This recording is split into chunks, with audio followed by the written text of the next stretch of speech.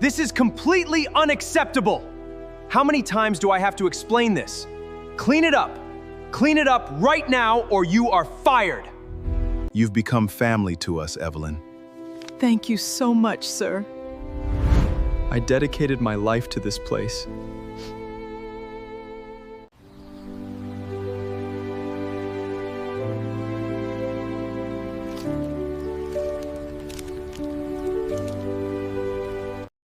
She thought he was just another powerful man passing through the lobby.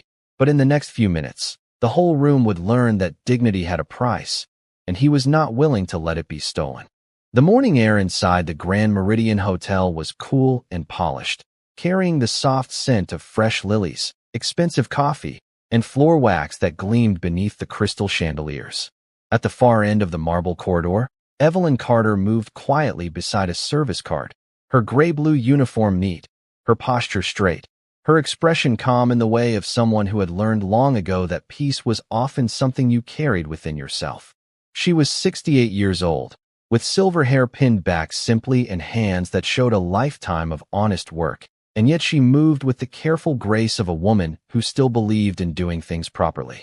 She had been here before sunrise, as she always was, making sure the meeting room on the 12th floor was ready for the annual foundation breakfast. Some of us have real business to handle. A few people chuckled under their breath, and one woman in pearls lifted her chin with a look that said she had already decided Evelyn did not belong in the same space. Evelyn's fingers tightened slightly around the card handle, not from fear, but from the old sting of being measured by people who had never once bothered to know her. She looked down at the linen stack, perfectly folded, perfectly white, and for a moment the memory of her husband's voice rose in her mind, gentle and firm. Stand tall, Evelyn. Never let anyone teach you to shrink. And just as she took one quiet step forward, another sound entered the lobby, low and measured, a man's voice from behind the guests sing, "Interesting. So this is how you treat the people who keep this place running."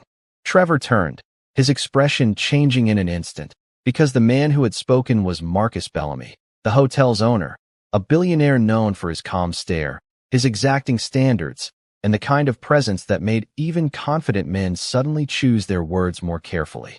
Marcus had not intended to stop there, but the sight of Evelyn standing alone under the bright lobby lights had caught his attention in a way he could not ignore, and something in the stillness of her face made him look closer, as if he already understood that the smallest acts of disrespect often revealed the largest truths.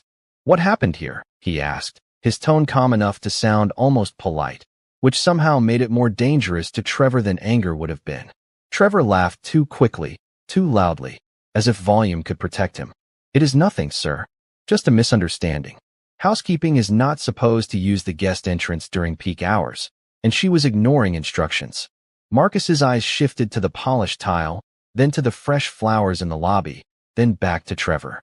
"Housekeeping keeps your guests from noticing the dust on the floor, the streaks on the glass, and the fact that people like you would rather be served than see the hands that serve you," he said. Trevor's face tightened. "I was only enforcing standards." "No," Marcus replied, his voice still even. "You were teaching an elderly woman to lower her eyes so you would feel taller." The lobby had gone quiet now. A bellhop near the entrance stopped mid-step. Two guests who had been pretending not to listen were suddenly very interested in their phones for entirely different reasons. Evelyn felt heat rise in her face, not from shame this time, but from the strange shock of being spoken about as if she mattered. No one ever did that for her anymore, not since Robert had died. Marcus turned slightly toward her. "Mrs. Carter, is that your name? Procedure is not an excuse for cruelty, and authority is not a license to humiliate people who are simply trying to do their jobs." He reached for the front desk register, not touching Trevor, only the polished surface beside him. But even that small motion made the younger man straighten as if bracing for impact. Marcus glanced at the line of guests, then back at Evelyn. "How long have you been standing here?" Evelyn swallowed. "Almost 20 minutes. 20 minutes, Marcus repeated, and there was a quiet disbelief in his voice that made several people lower their eyes. He turned to Trevor again. "And no one thought to offer her a seat?" Trevor opened his mouth, then closed it. Marcus inhaled once, measured and controlled. "Mrs. Carter, come with me." Evelyn looked up, startled. "I am sorry, sir." "You heard me." His eyes held hers with a steadiness that asked for trust without demanding it. "You are not spending another minute being spoken to like this." A murmur passed through the lobby. For the first time in years, someone had spoken to her with the kind of respect that made her notice how much disrespect she had been carrying. Marcus glanced toward the front desk, where Trevor was still standing stiffly, his confidence now reduced to a tense, colorless mask. The young man had tried to turn duty into cruelty, and everyone in the lobby could feel that the balance had changed. Marcus did not hurry. Men like him never needed to. He simply turned back to Evelyn and held out one hand, not as an order, but as an invitation. "Your husband trusted this bank with your future," he said in a calm voice that carried just enough to be heard by the people closest to them. "That means you deserve patience, not suspicion." Evelyn swallowed hard. Marcus gave a small nod toward the manager's office. "After you, Mrs. Carter." Evelyn hesitated only long enough to breathe. Then she took the first step, carrying her envelope like something fragile and important, and Marcus followed beside her without crowding her, as though the distance itself was part of the respect he meant to give. And in that quiet walk across the marble floor, under the bright bank lights and the watchful silence of strangers, Evelyn understood something she had almost forgotten. Dignity did not always arrive with applause. Sometimes it arrived in the form of a man who simply refused to let you be diminished one more second. The manager's office was quiet in the way wealthy places often were, with thick carpet, muted lighting, and the soft hum of an air vent that seemed to swallow every sound before it could become a thought. Evelyn stood just inside the doorway, still holding her envelope against her chest, while Marcus remained beside her, calm and composed, his presence filling the room without effort. Carter came here with an honest deposit and was treated like a problem before she was ever treated like a customer. "Explain that." The manager cleared his throat. "We have to be careful with unusual cash transactions." "Then be careful," Marcus replied. "Be thorough, be professional, but do not confuse caution with contempt." Evelyn looked at the polished desk, at the framed certificates on the wall, at the neat row of pens arranged as if order itself could excuse what had happened. Her voice, when it came, was quiet. "I was not asking for special treatment." Trevor finally glanced at her, but not with warmth. Only with the shallow impatience of a man trying to survive a conversation he no longer controlled. "Of course not, Mrs. Carter." Every dollar was earned. Marcus looked at her then, not at the money, not at Trevor, but at her, and there was something steady in his face that made her shoulders lower by the smallest amount. "I know," he said. Trevor looked between them, clearly unsure whether to speak again. The lobby noise had not reached this room, but its memory still lingered at the edges, a reminder that the entire building had already heard enough to judge.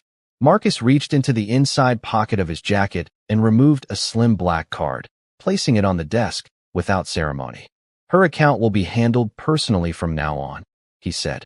"And if there is another question about her business here, I will be the one answering it." Trevor stared at the card as if it had changed shape in front of him.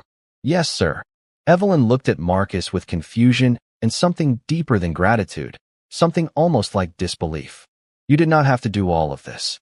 Marcus met her gaze without blinking. "I know," he said. "That is why it matters." Evelyn kept her eyes lowered at first, staring at the envelope in her hands, still trying to understand why her heart had begun to settle only now, after the humiliation, after the stares, after the sharpness of Trevor's voice. Then Marcus gently slid the chair out from behind the desk and nodded toward it, not as an order, but as an invitation. "Sit down," he said quietly. "You have been standing long enough." Evelyn hesitated, then lowered herself into the chair with careful dignity, smoothing her skirt as though that small gesture could restore the last pieces of her composure. Marcus remained standing. He did not pace. He did not fidget.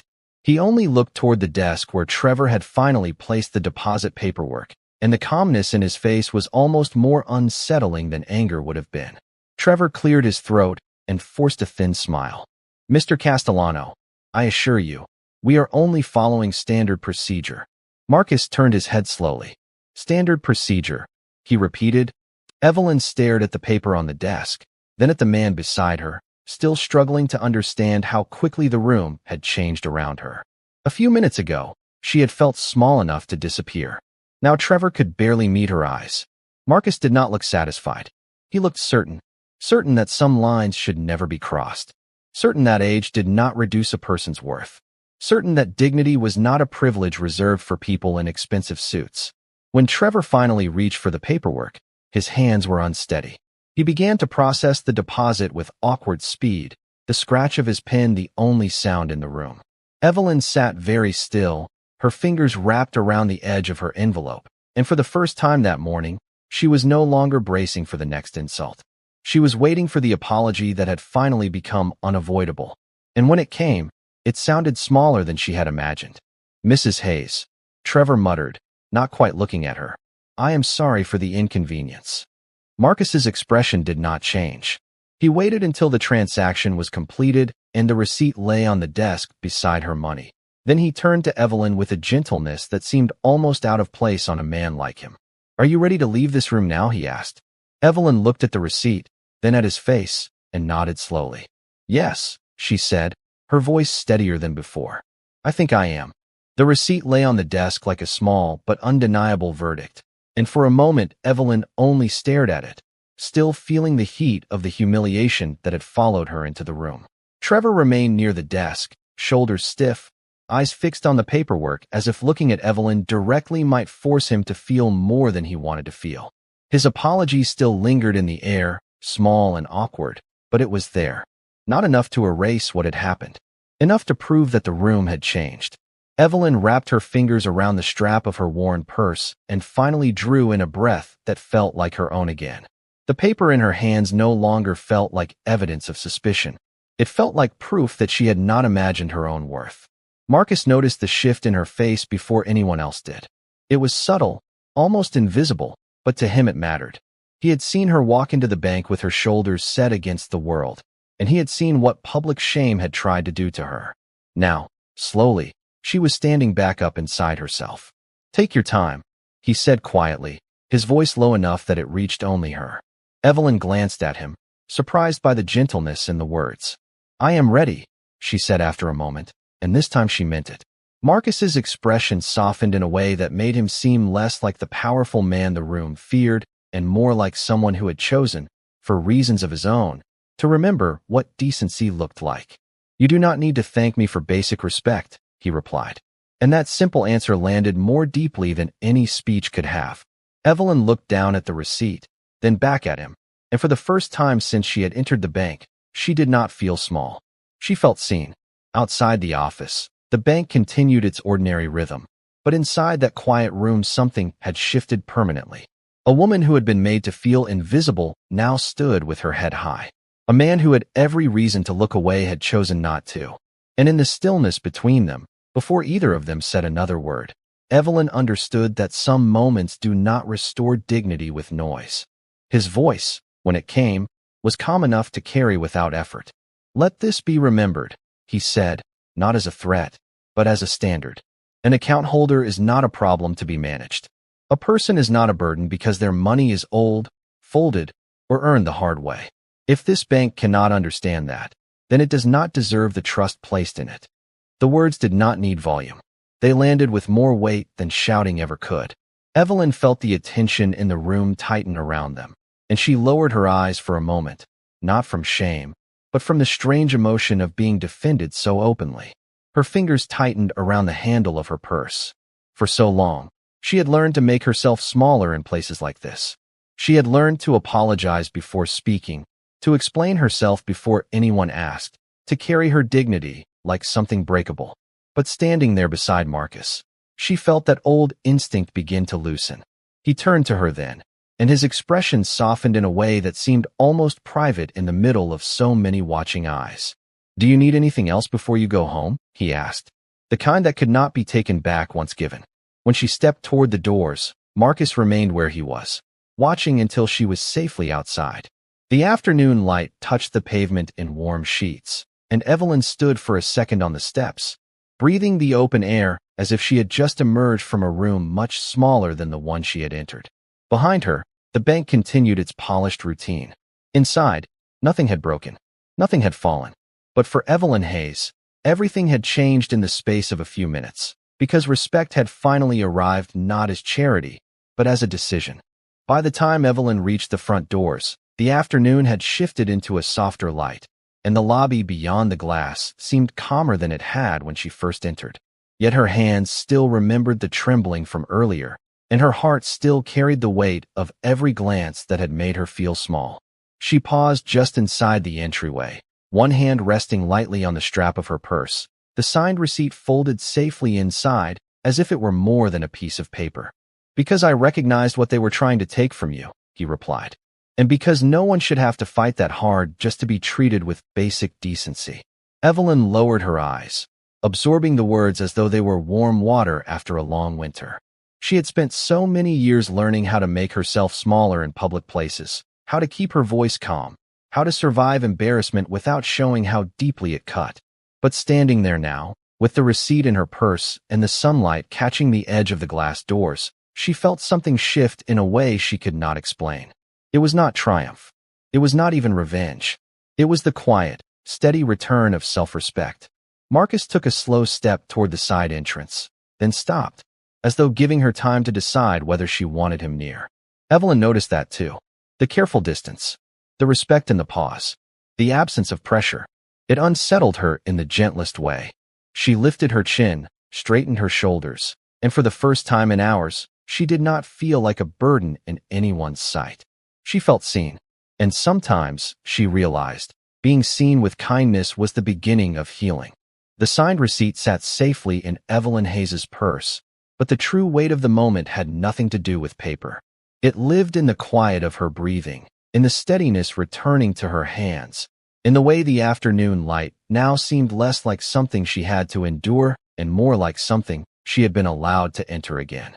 Marcus remained near the bank entrance for a few seconds longer, watching through the glass until he was certain she was moving away without anyone trying to stop her. He did not call after her. He did not need to. "Yes," she said softly. "It is done." On the other end of the line, her daughter went silent for a beat, and then came the sound of relief, warm and trembling. Evelyn looked back toward the bank one last time. Through the glass, she could still make out Marcus in the lobby, speaking with a calm authority to someone from the branch staff. Even at a distance, there was something unmistakable about him now. He was a man who could have ignored suffering and chosen not to. That was what stayed with her most. Not his power, not his wealth. The choice. Respect had not arrived as a grand speech or a public spectacle. It had arrived as a decision made in a moment when it mattered. And that decision had changed the shape of the day.